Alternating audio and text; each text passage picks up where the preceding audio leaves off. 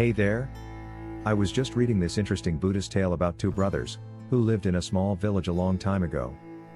One of the brothers was blind, and spent most of his time at home, while the younger brother worked as a farmer. However, their farm was constantly being destroyed by many animals in the fields. The younger brother eventually came up with a solution to ask his blind brother for help to scare away the animals, by sitting in the field and shouting, if he heard any animal sounds. The elder brother agreed to the idea, and began sitting in the field whenever he heard the sound of animals. Once, a king hunting a deer encountered the blind brother in a field. He asked if the brother had seen the deer. The blind man, admitting his blindness, said he couldn't see the deer but could advise that it wasn't worth pursuing. Intrigued, the king asked how he knew. The blind man explained it was a pregnant doe, which surprised the king. To confirm, the king sent his commander to check. The commander returned confirming the blind brother's insight. The doe was indeed pregnant. The king was surprised that the blind person knew about doe's pregnancy. With many questions in his mind, he asked the blind man for an explanation. "I'm not sure if you're really blind, but I have one question," said the king. "Will you give me an honest answer?" The blind man agreed, saying, "You can ask me anything, and I'll tell you the truth." Impressed by his wisdom, the king remarked, "You seem to understand a lot." The king was amazed and puzzled about how the blind person knew about doe's pregnancy. With many questions swirling in his mind, he decided to ask the blind man for an explanation. "I'm not sure if you're truly blind," said the king, "but I have one question for you. Will you give me an honest answer?" The blind man replied, "Your Majesty, you can ask me anything, and I'll tell you the truth." Impressed, the king remarked, "You're wise and seem to understand many things well. Today, I've brought you here to ask if my wife is faithful," said the king. The blind brother replied, "Your Majesty, why ask such a question? Your marriage has endured for years." Nonetheless, the king insisted, "You must answer, or face punishment." Fearing the king's threat, the blind man said, "If you seek an answer, you must grant me a favor." The king asked, "What do you require?"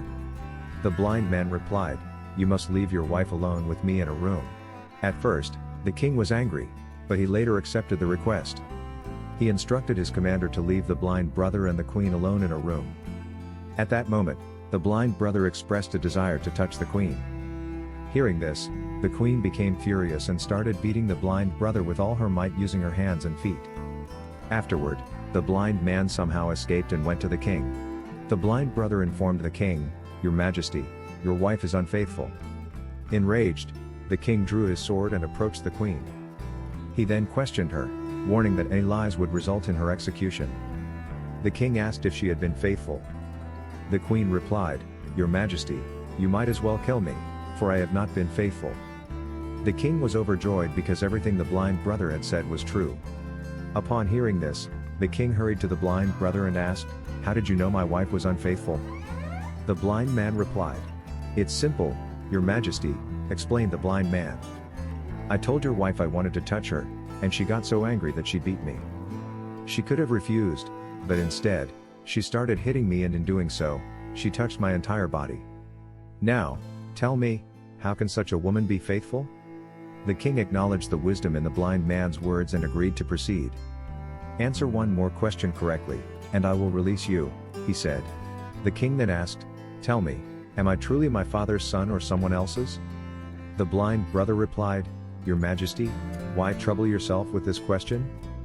Regardless of your parentage, you are the ruler of this land. Let it go." But the king insisted, "No, I want the exact answer. Otherwise, it will always bother me. I want to know the truth." The blind brother responded, "Your Majesty, I can tell you whose child you are, but first, promise you won't get angry with me." The king agreed, saying, "I promise I won't get angry." Then the blind brother told the king, "You are indeed your father's son, but you are also influenced by a miserly merchant." Upon hearing this, the king hurried to his mother and asked, "Mother, please tell me the truth. Am I truly my father's son or someone else's? If you don't tell me the truth, I'll give up my life right here." In response, the king's mother said, "Son, you are indeed your father's child, but you are also influenced by a miserly merchant." The king was thrilled and quickly returned to the blind brother. He asked, How did you know about the influence of the miserly merchant on me? The blind man replied, Your Majesty, you asked me many questions, and I gave you correct answers. If you were any other king, I would have received rewards by now, but you haven't given me a single penny. From this, I concluded that you are very stingy. The king burst into laughter and said, Whatever you ask for, I will give it to you. But tell me, how do you know what is right and wrong? How can you provide such precise answers? The blind brother explained, Your Majesty, being blind by nature, I cannot easily perceive people's thoughts. However, the mind has its own language, which reflects in a person's actions. By observing someone's eyes, lips, and their activities, one can understand their thoughts. Unfortunately, being blind, I rely on actions. So, to understand someone, I assign them tasks to see how they work and perform. Based on that, I can grasp what's going on in their mind. Additionally, the king inquired, Does that mean I can also understand someone's thoughts? The blind brother responded, Certainly, you can grasp anyone's thoughts. But first, you need to focus on yourself. That involves calming your mind and being present. Today, I'll share 3 easy and simple ways to achieve that. However, Your Majesty, before we proceed, there's one thing you must do.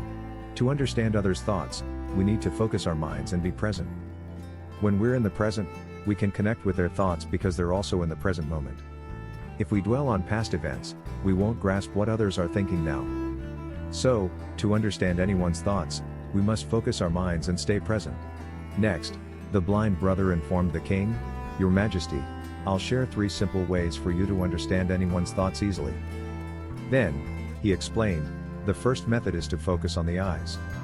When we converse with someone, it's crucial to maintain eye contact because eyes convey a lot. They don't speak, but they reveal much.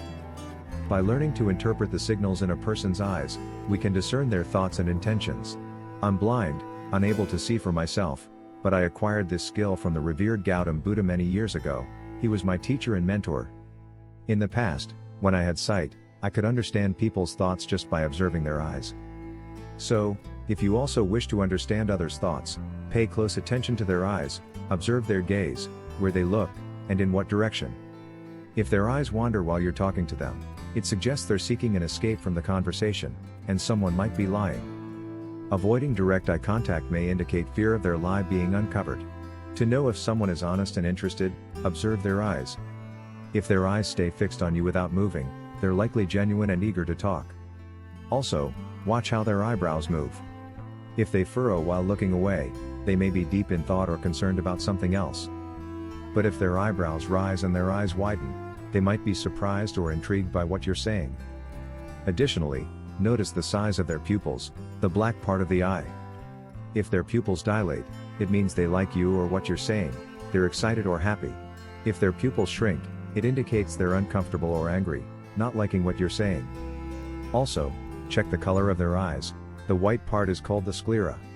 If it's red, they might be tired, stressed, or unwell, and may not be in the mood to talk to you.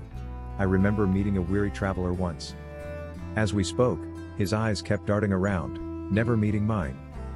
It seemed he was anxious and eager to leave quickly. I suspected he might be hiding something or didn't want to talk to me. So, I asked him more questions, and eventually, I discovered he had a secret plan. Like other facial expressions, different behaviors on the face can reveal a person's thoughts easily. By paying attention to facial expressions, we can tell if someone is disappointed, very sad, or extremely happy. We can also understand what they're feeling inside, all through their facial expressions. Your Majesty, the face is like a painting revealing people's inner feelings, even when they're silent. To understand people better, pay attention to these quiet signals. When someone's mouth turns downward, forming a small sad expression, it usually means they're unhappy, displeased, or have lost something.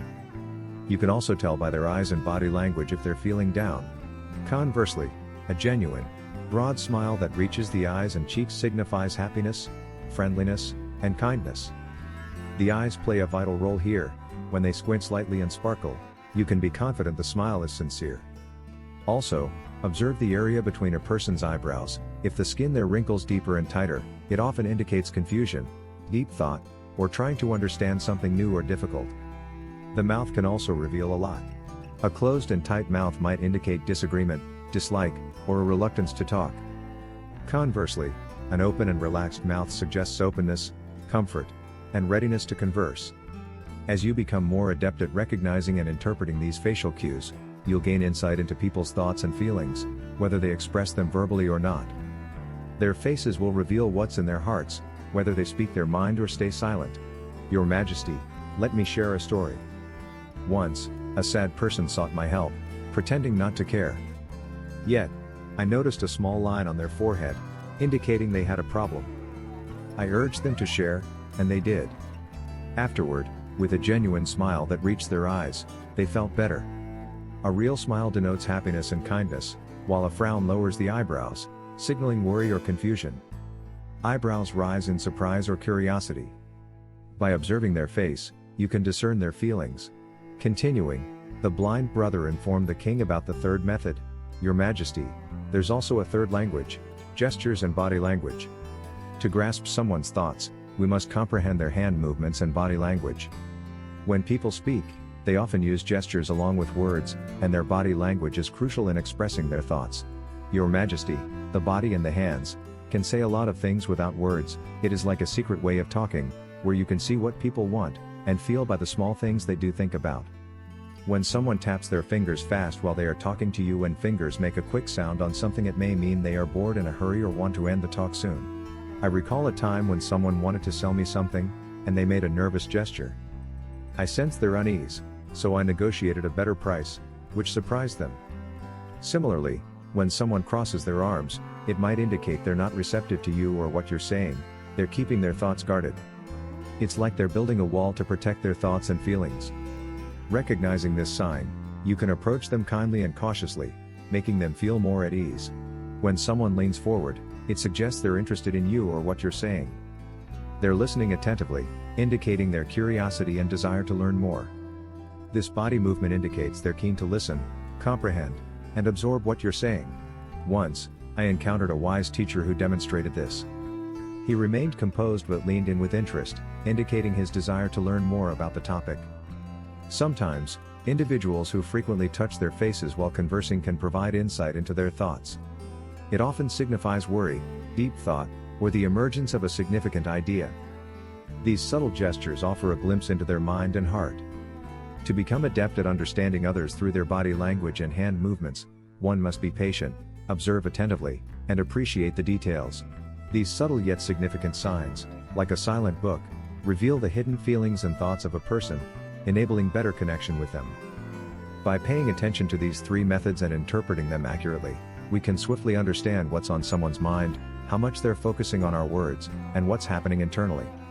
However, to do this, we must first concentrate our minds and be fully present. Only then can we observe and comprehend these actions, discerning what's happening in the person's mind. If you're focused on past events or future plans, you won't notice the person's body language, and you'll miss understanding what's on their mind or what they're thinking. You might have encountered many wise saints and enlightened individuals who, with serene composure, can perceive what's happening in your mind, and what lessons you're meant to learn from them. The main reason for this is that they can read and understand you because their mind is calm and focused, allowing them to easily grasp your thoughts. We have come to the end of this story. If you found inspiration in this story, support us by hitting the like button, sharing it with your friends, and don't forget to subscribe and ring the notification bell.